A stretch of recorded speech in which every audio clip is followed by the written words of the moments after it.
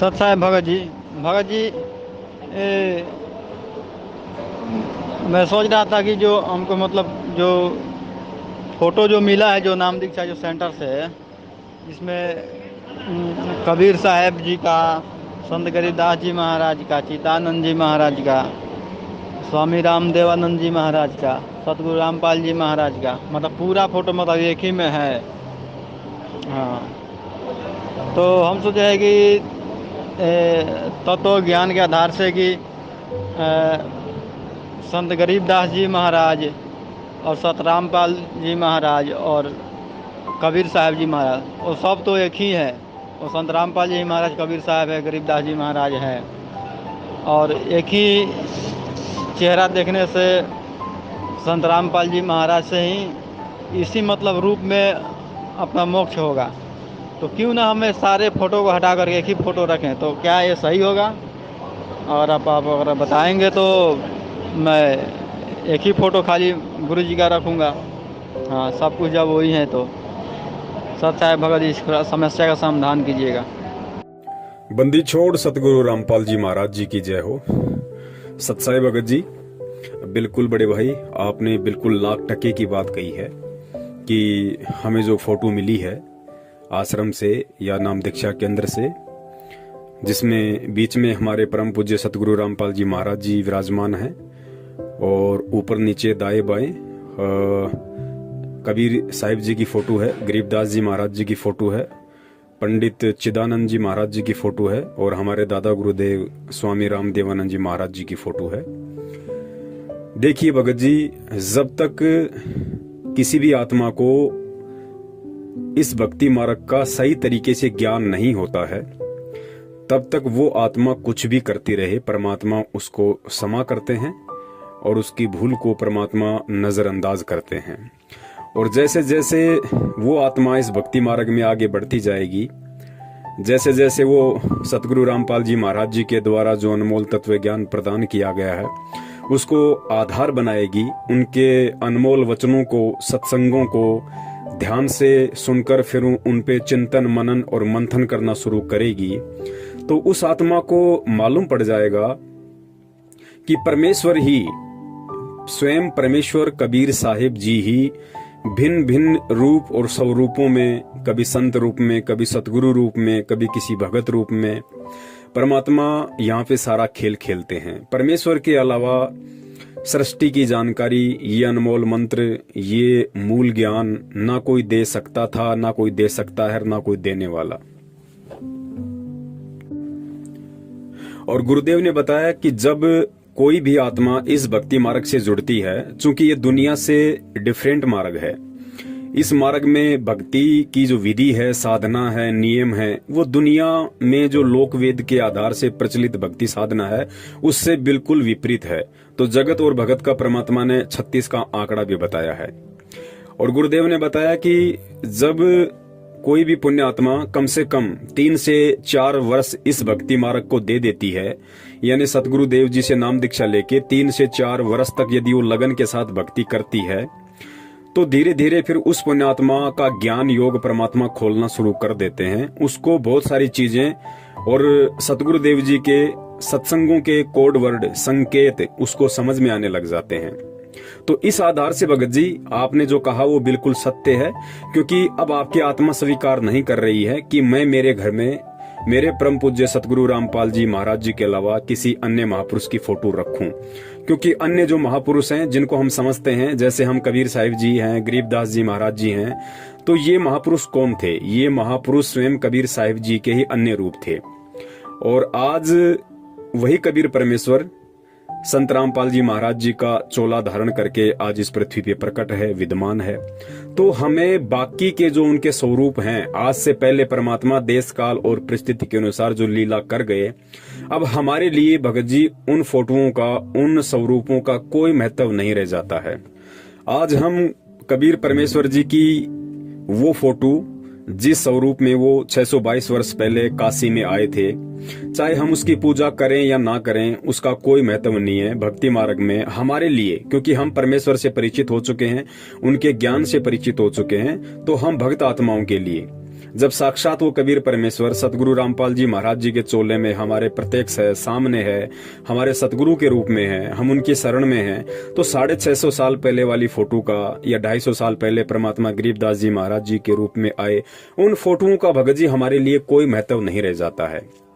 ठीक है, जब तक भगत को ज्ञान नहीं है वो इन फोटोओं को अपने घर में रख सकता है, कोई दिक्कत नहीं है। लेकिन जब आपको ज्ञान हो जाएगा, आपकी आत्मा आपको बार बार यह चिंतन करने पर विवश कर देगी कि भाई जब परमात्मा एक है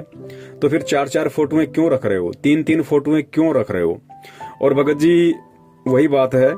जब आत्मा का पति एक है तो फिर भगत जी हमें औरों की पूजा क्यों करनी, हमें औरों को इतना महत्व क्यों देना। हमें केवल उसी रूप, उसी स्वरूप और उसी सतगुरु को महत्व देना है जिनसे आज हमारा मोक्ष होना है। कबीर साहिब जी 650 साल पहले आए थे। 650 साल पहले उनके रूप का, उनकी फोटो का महत्व था, क्योंकि उस समय यदि हम चाहते तो ज्ञान को आधार बना के, परमात्मा को पहचान के हम इस काल लोक से मुक्त हो सकते थे, लेकिन ऐसा हम नहीं कर पाए। तो आज उस फोटो का हमारे लिए कोई महत्व नहीं है। आज कबीर साहिब जी की वो फोटो या फिर गरीबदास जी महाराज जी की फोटो या फिर हमारे दादा गुरुदेव जी की फोटो या पंडित चिदानंद जी महाराज जी की फोटो आज भगत जी ना ही तो हमें लाइव सत्संग सुना सकती है, ना हमारे को वो फोटोएं दर्शन दे सकती हैं, ना हमारे को वो फोटोएं आशीर्वाद दे सकती हैं, ना हमें वो अनमोल तत्व ज्ञान से परिचित करवा सकती है, ना वो फोटोएं हमारी प्रार्थना सुन सकती हैं और ना ही वो फोटो हमारी किसी भी शंका का निवारण कर सकती हैं। आज कौन है जो हमें सत्संग सुना सकते हैं, हमें आशीर्वाद दे सकते हैं, हमारे दुखों का निवारण कर सकते हैं, हमारी प्रार्थनाएं सुन सकते हैं, हमें आशीर्वाद दे सकते हैं, जिनको हम दंडवत प्रणाम करके हम जो है वो लाभ प्राप्त कर सकते हैं भक्ति मार्ग का, तो वो केवल हमारे वक्त गुरु हैं, वक्त गुरु सतगुरु रामपाल जी महाराज जी। तो हमें केवल अपने घर में, क्योंकि दास तो अपनी बता रहा है, दास अपने घर में पूजा के स्थान पे सिर्फ और सिर्फ अपने परम पूज्य सतगुरु रामपाल जी महाराज जी का ही स्वरूप रखता है। दास कबीर जी का जो 650 साल पहले वाला जो स्वरूप है, दाढ़ी मूछ वाला, दास उसको नहीं रखता है, क्योंकि भगत जी जब आत्मा का पति एक है तो हमें 2-2 स्वरूप हमें क्यों रखने। और जब हम 2 स्वरूपों को देखेंगे तो भगत जी हमारे भाव भी 2 हो जाएंगे। यानी जब तक हम कबीर साहिब जी और सतगुरु रामपाल जी महाराज जी की फोटो को अपने घर में रखते हैं, अपने दरबार में रखते हैं, तो सदा हमारे लिए 2 परमात्मा रहेंगे, हमारे भाव दोनों फोटो में रहेंगे। तो परमात्मा तो एक ही होता है, 2 तो हो नहीं सकता। और फिर सतगुरु रामपाल जी महाराज जी स्वयं कहते हैं कि भाई गुरु गोविंद 2 नहीं भाई। गुरु यानी वर्तमान में जो तुम्हारा गुरु है, और गोविंद, गोविंद यानी वही परमात्मा जो आज तुम्हारे गुरु के रूप में है। तो परमेश्वर कहते हैं गुरु गोविंद 2 नहीं भाई, और 2 समझे वो 2 जग जाही। जो 2 समझेगा, गुरु को और परमात्मा को अलग अलग दृष्टि से देखेगा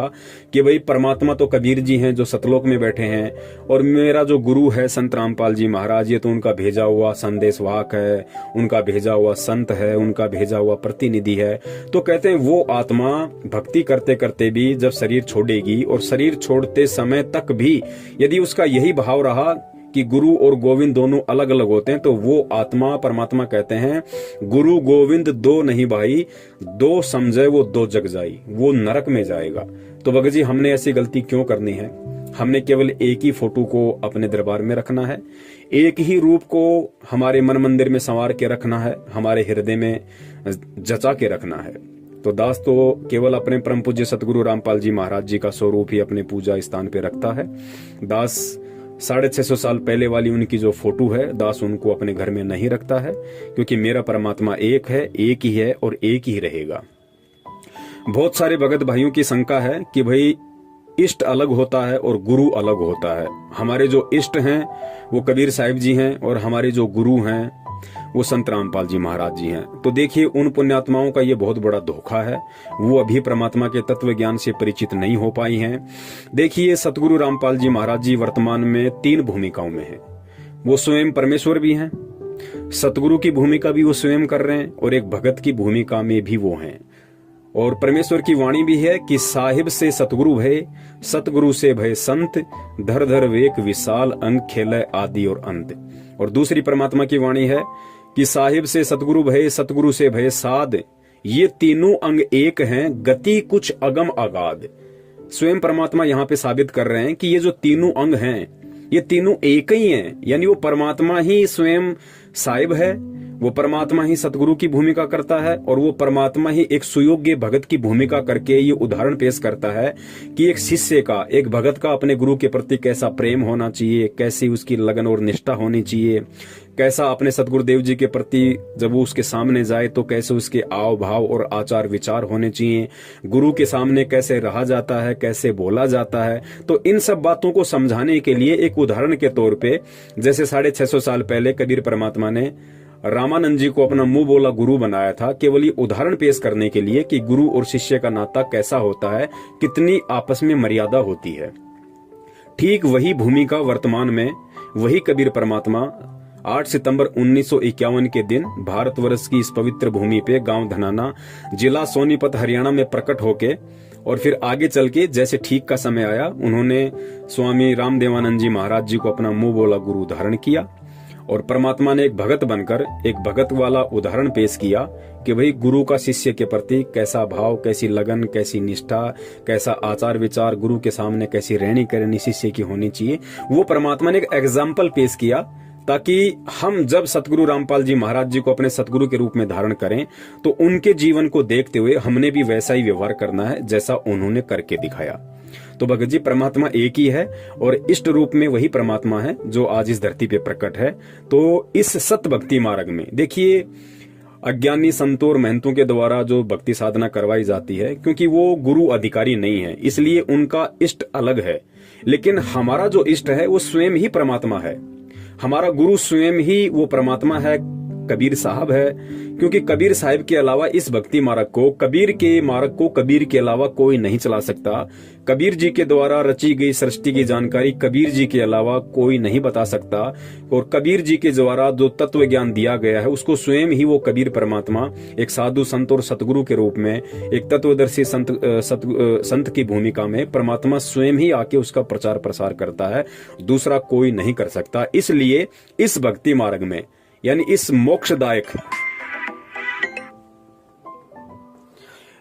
मोक्षदायक सत भक्ति मार्ग में, कबीर जी के सत भक्ति मार्ग में कबीर जी ही हमारे इष्ट हैं, कबीर जी ही हमारे गुरु हैं, कबीर जी ही हमारे सतगुरु हैं और वे कबीर जी आज स्वयं इस पृथ्वी पे सतगुरु रामपाल जी महाराज जी के स्वरूप में प्रकट हैं। तो हमने केवल उन्हीं का स्मरण, ध्यान, चिंतन, मनन और उन्हीं की हमने पूजा करनी है, इष्ट रूप में, गुरु रूप में, सतगुरु रूप में। तो भगत जी हमने अपने दिलो दिमाग में, मन मंदिर में और हमारे हृदय में केवल सतगुरु रामपाल जी महाराज जी की ही फोटो रखनी है, क्योंकि हम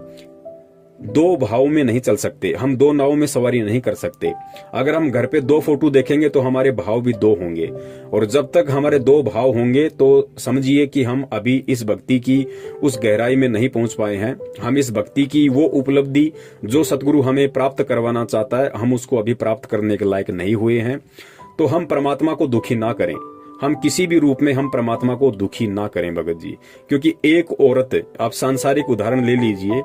एक औरत जिसकी शादी हो चुकी है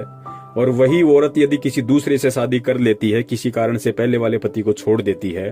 और दूसरे पति से शादी कर लेती है और शादी करने के बाद यदि फिर भी वो पहले वाले में भाव रखती है, या हो सकता है पहले वाला पति उसका मर गया हो किसी कारण से और पहले वाले पति की फोटो को देख देख के रोती है, उसको अपने पर्स में रखती है, अपने अलमारी में रखती है और शादी भी उसने दूसरी कर ली, तो दूसरे वाला पति उससे कितना प्रसन्न होगा। उस पति को पता है कि ये पहले वाले को भुला नहीं पाई है, तो ये अभी मेरे लायक नहीं है, अभी इसका भाव, अभी इसका प्रेम मेरे में उतना नहीं है, अभी भी इसका भाव और प्रेम उस फोटो में, उस पहले वाले पति में ही ज्यादा अटका हुआ है। तो वर्तमान का जो पति है वो उससे उतना प्रेम नहीं कर पाएगा, उसे उतना मान सम्मान नहीं दे पाएगा।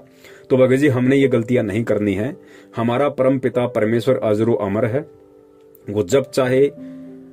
और जिस रूप में चाहे पृथ्वी पे प्रकट हो सकता है, आ सकता है और आया हुआ है। तो हमने केवल हर जगह केवल एक ही परमात्मा देखना है और वर्तमान में इस धरती पे जो असली कबीर है वो स्वयं सतगुरु रामपाल जी महाराज जी के रूप में प्रकट है, विद्यमान है और हमने उन्हीं का पूजा पाठ, ध्यान, मनन, चिंतन मनन करना है। अन्य हमने किसी भी उनके स्वरूप को पूजा के भाव से नहीं देखना है। हमने उनके किसी भी रूप को वो महत्व नहीं देना जो महत्व आज हमने साक्षात उनको देना है। और भगत जी चक्कर क्या है परमात्मा सतगुरु रामपाल जी महाराज जी की ये मजबूरी समझ लीजिए या ये जरूरी समझ लीजिए, क्योंकि उन्होंने कबीर जी को परमात्मा साबित करने के लिए उनकी फोटो का सहारा लेना पड़ा। हालांकि वो स्वयं कबीर हैं, लेकिन दुनिया को समझाने के लिए यदि वो स्वयं कहें कि भाई मैं ही कबीर हूं, मैं ही भगवान हूं, तो कोई नहीं मानेगा उनकी बात। इसलिए शुरुआत में उन्होंने कबीर जी को शास्त्रों से, वेदों से परमात्मा सिद्ध करने के लिए उस फोटो का सहारा लेना पड़ा, उस नाम का सहारा लेना पड़ा। और जिन पुण्यात्माओं को फिर आगे चल के जो उनके शरण में आ गए, फिर उनको आगे चल के सत्संग सुनने के चलते उनको ये मालूम पड़ गया कि भाई वो कबीर है कौन जिसके विषय में सतगुरु रामपाल जी महाराज जी इतना प्रचार प्रसार कर रहे हैं, उनके महिमा का गुणगान कर रहे हैं, वो कबीर है कौन। तो फिर उस आत्मा को भगत जी मालूम पड़ जाएगा कि जिस परमात्मा के विषय में आज तक कोई नहीं जान पाया, तो उस परमात्मा की जानकारी कौन दे सकता है यहाँ पे आके। उस परमात्मा की सृष्टि की, उस परमात्मा के सतलोक की जानकारी कौन दे सकता है। और जब मालूम पड़ेगा उस भगत आत्मा को कि कबीर की जानकारी तो स्वयं कबीर ही दे सकता है, क्योंकि गुरुदेव ने अनेकों बार कह दिया कि अपनी महिमा का वर्णन उस परमात्मा को स्वयं ही करना पड़ता है, क्योंकि यहाँ का कोई भी प्राणी, 21 ब्रह्मांड का कोई भी प्राणी उस परमात्मा के विषय में नहीं जानता है, उस परमात्मा से परिचित नहीं है। इसलिए उस कबीर परमात्मा ने स्वयं ही यहाँ पे एक संत रूप धारण करके, एक सतगुरु रूप धारण करके अपनी जानकारी स्वयं ही देनी पड़ती है। तो सतगुरु रामपाल जी महाराज जी स्वयं कबीर परमात्मा है और वे स्वयं ही सन 1994 से अपनी जानकारी दे रहे हैं। अनजान व्यक्ति गुरु और परमात्मा को अलग अलग देख सकता है। सतगुरु रामपाल जी महाराज जी और कबीर परमेश्वर जी को दो रूपों में देख सकता है, लेकिन जो उनके अनमोल तत्व ज्ञान से, मूल ज्ञान से परिचित हो चुके हैं, वो भगत अच्छे से जान जाएंगे, पहचान जाएंगे कि गुरु और परमात्मा अलग नहीं है। और फिर भी यदि गुरु और परमात्मा को कोई दो अलग अलग रूपों में देखता है, तो परमेश्वर की स्वयं की वाणी है कि वो नरक में जाएगा, वो दोजक में जाएगा। बंदी छोड़ सतगुरु रामपाल जी महाराज की जय हो। सत साहिब।